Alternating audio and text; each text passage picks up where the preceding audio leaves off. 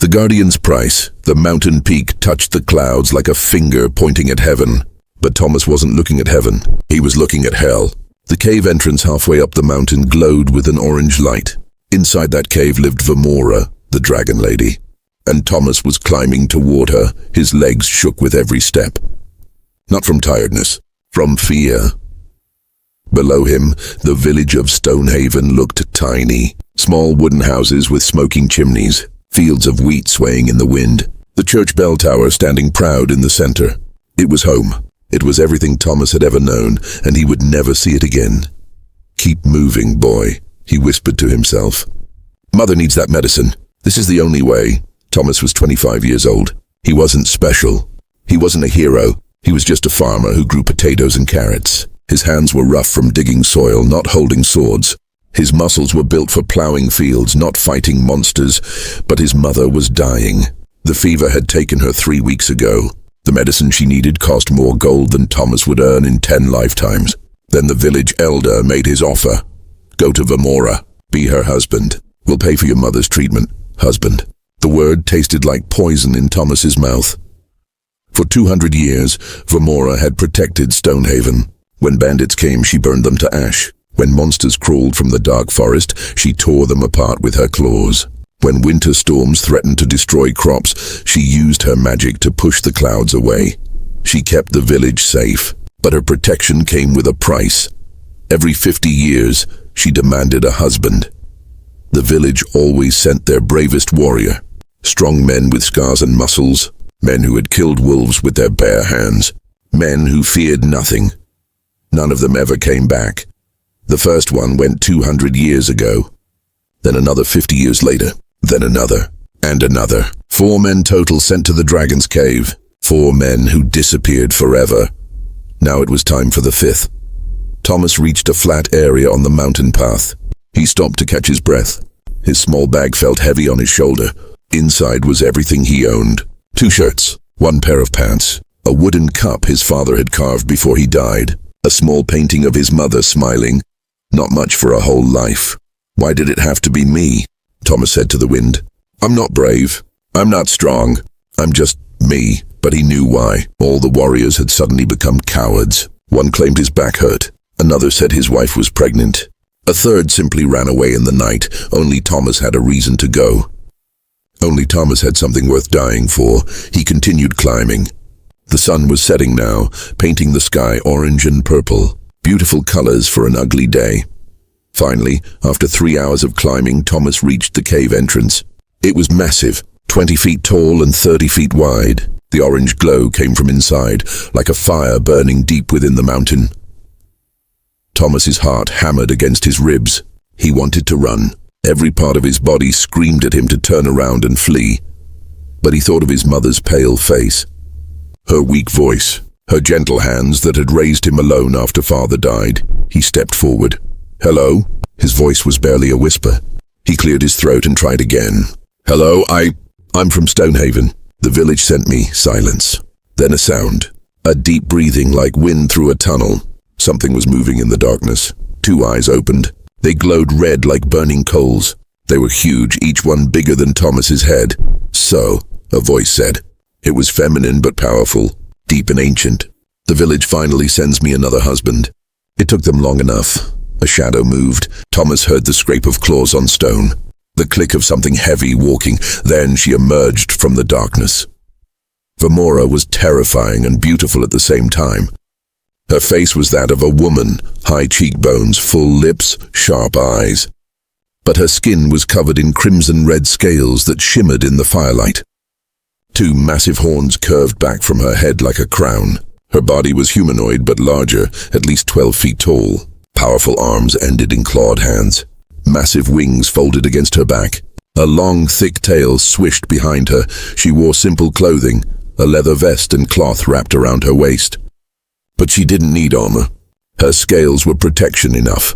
Vamora circled Thomas slowly. Her nose twitched, sniffing him. Her tail nearly knocked him over as it swung past. "You're different from the others," she said thoughtfully. "You smell afraid. Good. Fear means you're smart. The others came here thinking they could fight me, thinking they were strong enough to escape." She leaned down until her face was level with Thomas's. Her breath was hot and smelled like smoke. Her red eyes studied him carefully. You know you can't fight me. You know you can't escape. So why did you come? Thomas's voice shook. My mother is dying. The village said they would pay for her medicine if I came here. Vamora's eyes widened slightly. They bought you? With medicine for your mother? Yes. She was quiet for a moment. Then she laughed. It wasn't a cruel laugh. It sounded almost sad. Of course they did. Humans are clever like that. She stood up straight again. Well, Thomas of Stonehaven, how do you know my name? I know everything about my village. I've watched you grow from a baby to a man. She smiled, showing sharp teeth. I've seen you fall into the pig pen. I've seen you accidentally set your own cart on fire. I've seen you give bread to hungry children when you barely had enough for yourself. Thomas didn't know what to say. Vamora reached out with one clawed hand. Gently, carefully, she grabbed Thomas around the waist. Her grip was firm but didn't hurt. Come, husband, she said, lifting him off the ground like he weighed nothing. Let me show you your new home. Thomas closed his eyes. This was it. This was how he would die. He thought of his mother one last time. At least she would live. At least his death meant something. Vamora walked deeper into the cave. Thomas expected darkness. He expected bones and blood. He expected a monster's lair. Instead, torches suddenly lit up along the walls. The orange glow grew brighter. Thomas opened his eyes, and his mouth fell open in shock. The cave wasn't a monster's den. It was a home. A real home. Furniture carved from stone sat arranged like a living room. Shelves lined the walls, filled with books and scrolls. A kitchen area had pots and pans hanging neatly. Paintings decorated the stone walls. Beautiful landscapes and portraits. Fresh flowers sat in stone vases, filling the air with a sweet smell. It looked cozy, comfortable, like someone actually lived here. What? Thomas couldn't form words. What is this? Vamora set him down gently. Her expression was unreadable. This, she said quietly, is where I live. Where you will live for the next 10 years. 10 years? But the other men, they died. Vamora's eyes flashed with something. Anger, sadness, both. Did they? She asked. Did they really die, Thomas? Or did the village just assume they died because they never came back? Before Thomas could answer, another voice called out from a side chamber. Vamora, do you have any more of that spiced tea? We're running low. Thomas spun around. The voice sounded old, human, male. An elderly man with a grey beard walked into the main chamber. He wore comfortable robes and held a clay cup. When he saw Thomas, he smiled warmly. Oh, a new arrival. Welcome, young man. I'm Harold. I was husband number 2. Thomas's brain stopped working. You're alive? Very much so. Another old man appeared, this one with no hair but kind eyes. I'm Marcus, husband number 3T. Then 2 more elderly men emerged from the shadows. One was reading a book, the other was eating an apple. Husband 1 and 4, they said together, waving cheerfully. Thomas looked at Vamora, then at the 4 old men, then back at Vamora. I don't understand, he whispered. Vamora sighed deeply. She suddenly looked tired, ancient, lonely. No one ever does, she said softly. Come, Thomas, sit. Let me tell you the truth that your village refuses to believe. She gestured to a stone chair. Thomas sat down, his mind spinning. You're not here to die, Vamora said. You're here because I'm lonely. And loneliness, Thomas, is a death far slower than any sword. The unexpected truth. Thomas sat on the stone chair, his hands gripping the armrests so hard his knuckles turned white. The 4 old men gathered around him, smiling like friendly grandfathers. One of them, Harold, poured hot tea into a clay cup and handed it to Thomas. Drink, son, Harold said gently. You look like you've seen a ghost, though I suppose we're as close to ghosts as you'll get. Thomas took the cup with shaking hands. The tea was warm and smelled like cinnamon. He sipped it carefully, never taking his eyes off the old men. They were real, solid, breathing, alive. I don't understand, Thomas said again. His voice was small, confused. The village said you all died. They said Vamora killed you. They said, the village says a lot of things, Marcus interrupted, sitting down on a stone bench. Most of them wrong. The village is very good at being wrong. Vamora stood near the cave entrance.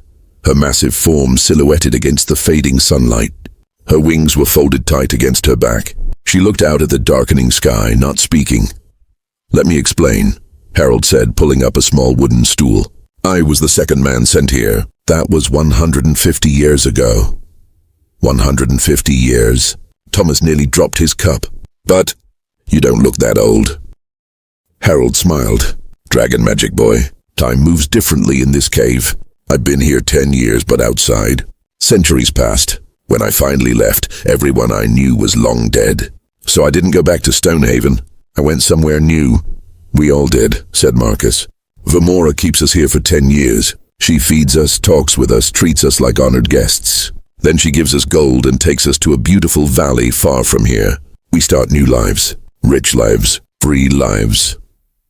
The third old man, a thin fellow named Chen, spoke up. "I opened a tea shop in the Eastern Kingdom. Married a wonderful woman. Had 3 children. Lived happily for 40 years before old age finally caught me." The fourth man, a broad-shouldered elder named Eric, laughed. "I became a merchant, traveled the world, saw things I never dreamed of, all because Vamora gave me a second chance." Thomas looked at each of them. They didn't look scared. They didn't look angry. They looked content, happy even. "But why?" Thomas asked. "Why does she keep you for 10 years? What does she want?" The 4 old men exchanged glances. Then they all looked at Vamora. She still hadn't turned around. "Tell him," Harold said softly to her. "He deserves to know." Vamora was silent for a long moment. Then slowly she turned. In the torchlight, Thomas saw something he never expected to see on a dragon's face. Tears. They ran down her scaled cheeks like liquid diamonds. She wiped them away quickly as if ashamed. "I'm lonely," Vamora said quietly. Her voice, usually so powerful, was barely a whisper. "I've been lonely for 800 years. She walked to the center of the chamber and sat down on the floor. Even sitting, she was taller than Thomas. She pulled her knees to her chest, her tail wrapping around her feet. She looked like a child trying to make herself small. "I wasn't always alone," she continued. "Once long ago, there were others like me.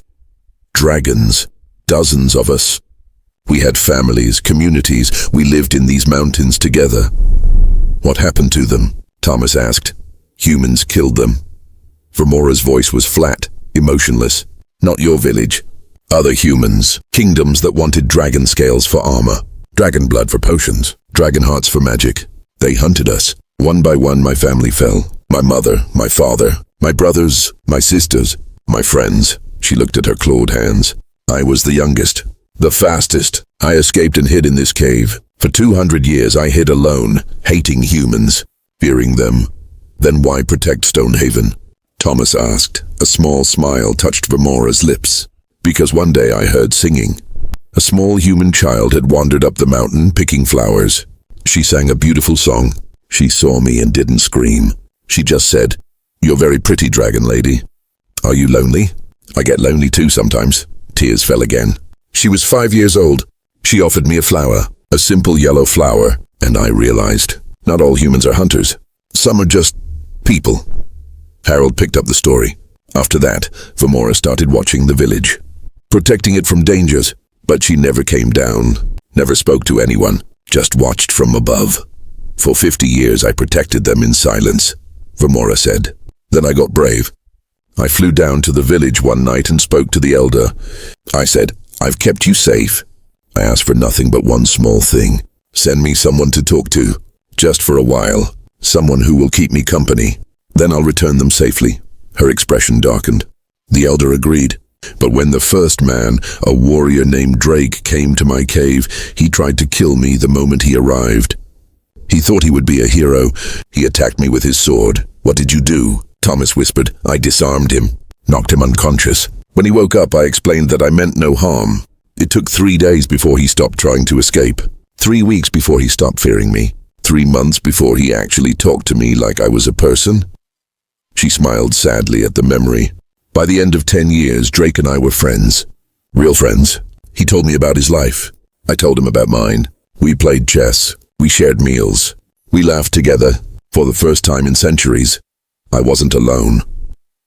When his 10 years ended, Harold continued, Vamora gave him more gold than he could carry. She flew him to a distant valley and set him free. She told him he could return to Stonehaven if he wanted. But I didn't, came a new voice. Thomas jumped.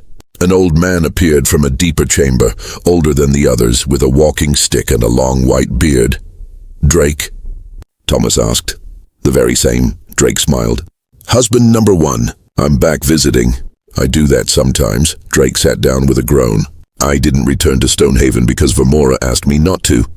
She said if I came back, they'd see I was alive. They'd ask questions. They'd want to know her secrets. And maybe they'd try to take advantage of her kindness. She was right, Marcus said bitterly. 50 years after Drake, they sent me. I was a soldier. I came ready to fight. Vermora defeated me easily, then showed me this place. Showed me Drake. I couldn't believe it. Same with me, Chen added. I was sent 50 years after Marcus. By then, the village had turned it into a legend. The dragon demands husbands. The dragon kills them. The dragon is a monster. No one remembered that Vermora had asked politely. They only remembered their fear. Eric nodded. I was number 4. 100 years ago, I asked Vermora why she didn't just tell the village the truth. She said she tried. Vermora's eyes grew dark. 150 years ago, I flew down to the village myself. I landed in the town square and told them everything. I said, I don't kill your men. I give them good lives. I just want friendship.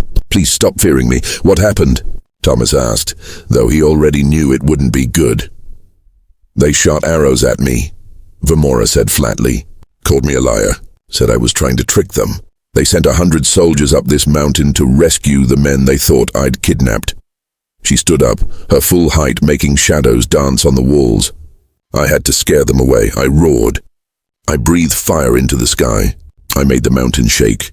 They ran back to the village screaming about the demon dragon. After that, Harold said quietly, she stopped trying to explain. She just played the role they gave her.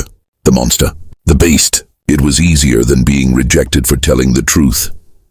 Thomas sat in silence, absorbing everything. His whole life, he'd been taught to fear Vermora.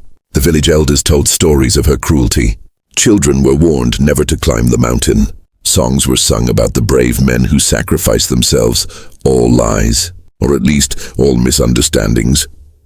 So you keep men here for 10 years, Thomas said slowly. Just to have someone to talk to. That's all? That's all, Vermora confirmed. I give you a warm home, good food, books to read. I ask only for conversation, companionship, the simple pleasure of not being alone. She looked at Thomas with those ancient red eyes. In 10 years, you'll leave here wealthier than any man in your village. You'll be healthy and strong, and you'll be free to go anywhere in the world. I'll never bother you again. And my mother? Thomas asked. The medicine? Already sent, Vermora said. I told the village elder to deliver it the moment you started climbing. Your mother is probably feeling better already. Thomas felt tears in his own eyes now. You saved her. But you didn't have to. I'm already here. I know what it's like to lose a mother, Vermora said softly. I wouldn't wish that pain on anyone. Your mother will live, Thomas, whether you stay here or not. Wait, Thomas stood up suddenly. You mean I can leave? Right now? The 5 old men smiled. Vermora nodded, of course. I'm not a jailer, Thomas. I'm just a lonely woman asking for a friend. If you want to go home, I won't stop you. The village paid me with your presence. But you are free to choose. Thomas walked to the cave entrance. The sun had fully set now. Stars filled the sky like silver dust. Below, Stonehaven's lights twinkled peacefully. His mother was down there, probably drinking the medicine, getting stronger. He could go home, back to his small house, back to his potato fields, back to his simple, ordinary life. He looked back at Vermora. She sat in her cave, surrounded by old men who chose to visit her even after their time ended. She'd saved his mother without asking for anything in return. She'd been protecting his village for 2 centuries, asking only for occasional companionship, and everyone called her a monster. Thomas made his decision. I'll stay, he said. Vermora's eyes widened. You will? For the 10 years, maybe longer if you need it. Thomas walked back and sat down. You saved my mother. You've saved my village for generations. And honestly, you seem pretty lonely. I think I can spare 10 years to keep you company. For the first time in perhaps centuries, Vermora smiled. A real, genuine, beautiful smile. "Thank you," she whispered. Suddenly she stiffened. Her head jerked toward the cave entrance. Her eyes filled with alarm. "Something's wrong," she said urgently. "What is it?" Drake asked, standing up. Vamora rushed to the entrance, her wings spreading. "Something's coming. Something dark. Something evil." She looked down at the village. In the distance, the sky was turning a sick shade of red. "No," she breathed. "Not now. Not after all this time." Thomas joined her at the entrance. "What's happening?" In the sky above Stonehaven, reality itself seemed to tear open. A massive portal appeared, swirling with crimson energy. And from that portal, things began to emerge, dark shapes with wings, creatures with too many teeth, monsters that made Vamora look like an angel in comparison. "Demons," Vamora whispered, her voice filled with dread. "Hellspawn. They found a way through." She looked at Thomas, fear and determination mixing in her eyes.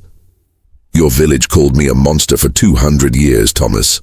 Now they're about to meet real monsters, and I need to stop them. All of them." She leaped from the cave, her wings spreading wide, and dove toward the village like a crimson comet. Thomas watched her go, his heart pounding. Below, screams began to rise from Stonehaven. The demons were attacking. His home was burning, and the monster everyone feared was flying straight into hell to save them. The real monster Thomas stood frozen at the cave entrance, watching fire consume his village. The red portal in the sky pulsed like a beating heart, spewing more demons with every pulse. Black shapes with leathery wings swooped down on houses. Creatures with multiple arms smashed through doors. Screams echoed up the mountain, carried by the wind. "We have to help," Thomas said, turning to the old men. "We have to do something." Drake moved to his side, his ancient eyes sharp despite his age. "Watch first. See how she fights." Below, Vamora crashed into a group of demons surrounding the village church. Her claws tore through 2 of them instantly. Her tail whipped around, sending 3 more flying into buildings. Fire erupted from her mouth, turning another demon to ash. But for everyone she killed, 2 more appeared from the portal. "There are too many," Marcus said grimly. "Even Vamora can't fight them all." Thomas watched in horror as a demon twice Vamora's size landed in the town square. It had 4 arms, each holding a massive blade. Its face was a nightmare of fangs and burning eyes. When it roared, windows shattered across the village. "That's a Hell Knight," Chen whispered. "I've read about them. They're demon commanders. Very powerful, very deadly." The Hell Knight swung its blades at Vamora.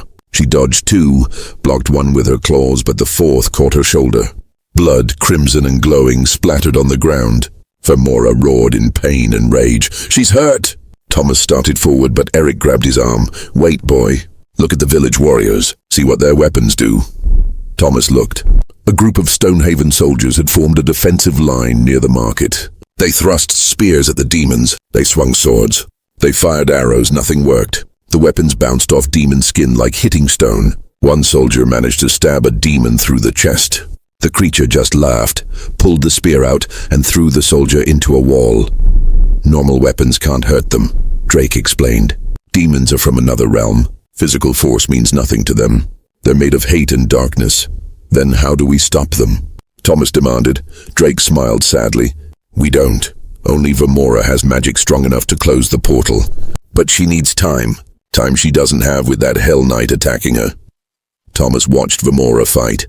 She was magnificent and terrifying. Every movement was power and grace, but she was tiring. Blood dripped from multiple wounds now.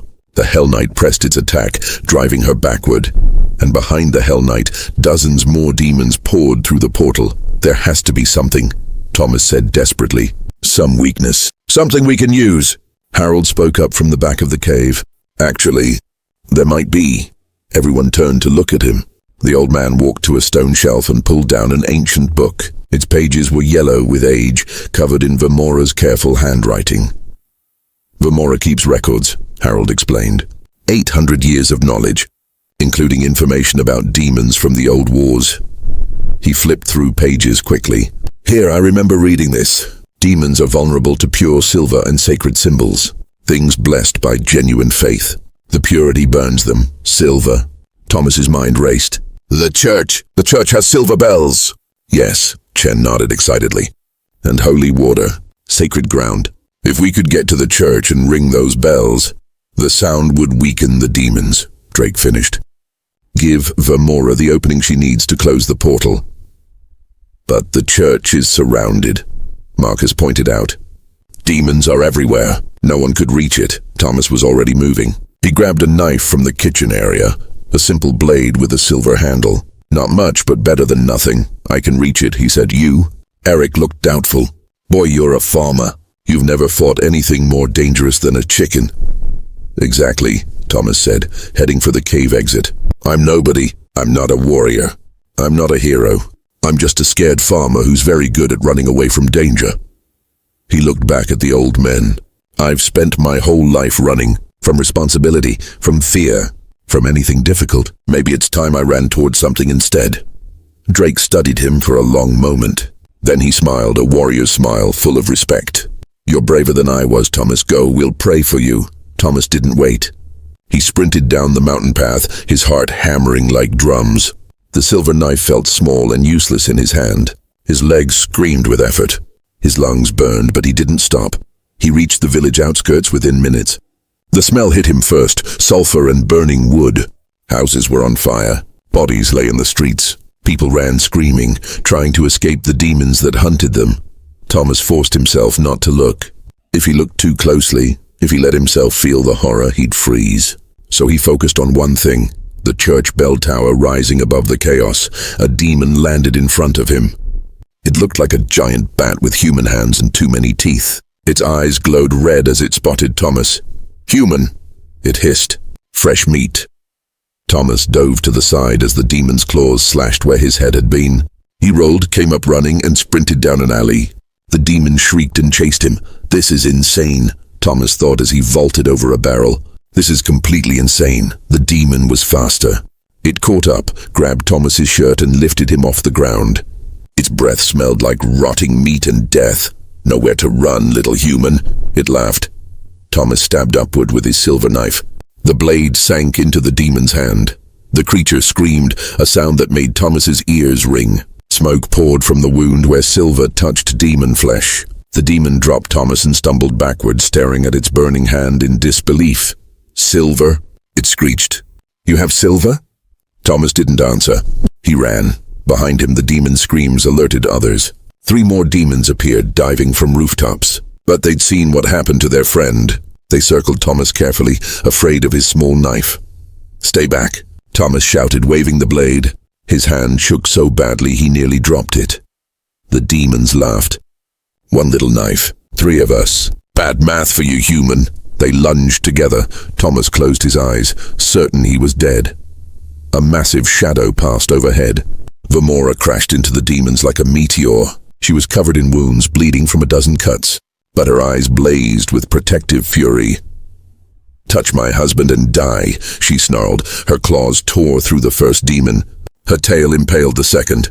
Her jaws closed around the third, and she threw it into a wall so hard the stone cracked. She landed beside Thomas, breathing heavily. Blood dripped from her mouth. A deep cut across her chest leaked glowing crimson. What are you doing here? She demanded. You should be safe in the cave. The church bells, Thomas gasped. Silver, they'll weaken the demons. Give you time to close the portal. Understanding flashed in Vermora's eyes. The bells, of course. But the churches, the Hell Knight's roar interrupted her. The massive demon commander landed in the street, its 4 blades dripping with blood. It had cut through the village warriors like wheat. Now it fixed its burning eyes on Vermora. Dragon, it rumbled. You cannot win. My master sends 1,000 soldiers. Your village will burn. Your people will scream. And you will watch it all before I take your head. Then you'll have to catch me first, Vermora snarled. She grabbed Thomas with 1 claw. Hold on! She launched into the air, wings beating powerfully. The Hell Knight followed, slashing with its blades. Vermora twisted mid-air, dodging 3 strikes, but the 4th caught her wing. She roared in pain. Her flight became unsteady. She was falling. The church, Thomas shouted. Get me to the church! Vermora understood. Using her last strength, she hurled Thomas toward the church roof. He flew through the air, arms flailing, and crashed through the bell tower window in an explosion of glass. Nervous laughter rippled through the crowd. Then someone in the back shouted, "I have honey cakes." A woman pushed forward with a basket. Soon, others were bringing offerings, not out of fear but genuine gratitude. Bread, wine, flowers, simple gifts from simple people who finally understood what they'd had all along. Thomas's mother approached, moving slowly but steadily. She looked at Vamora with wonder and tears. "You saved my boy's life," she said softly, "and he saved yours. That's magic. Real magic. Not spells or dragons or demons. Just two souls caring about each other." She turned to Thomas. "I'm so proud of you, son. Your father would be too." Thomas hugged his mother tightly. "I love you, Ma. I love you too. Even if you're married to a dragon now." She looked at Vamora with a twinkle in her eye. "You take care of my boy, dragon lady. And if he gives you trouble, you let me know." Vamora laughed, a beautiful musical sound. "I will, and please call me Vamora. We're family now." The celebration continued through the day. Food was shared. Stories were told. The old husbands arrived from their travels, sharing tales of their time with Vamora. Children who had been taught to fear the dragon lady now brought her flowers and asked to touch her scales. As the sun began to set, Vamora and Thomas sat on the church steps, watching the festivities. People danced in the square. Music filled the air. Joy replaced fear. "This is strange," Vamora said quietly. "What is?" "Being celebrated instead of feared. Being seen as a person instead of a beast. Having friends." She looked at Thomas. "It's everything I wanted for 800 years. And it only took a farmer and a demon invasion to make it happen." Thomas laughed. "Well, you know what they say. Good things come to those who wait. You just had to wait 800 years. Worth it," Vamora said simply. She looked at the sky, watching stars appear. "Thomas, can I ask you something?"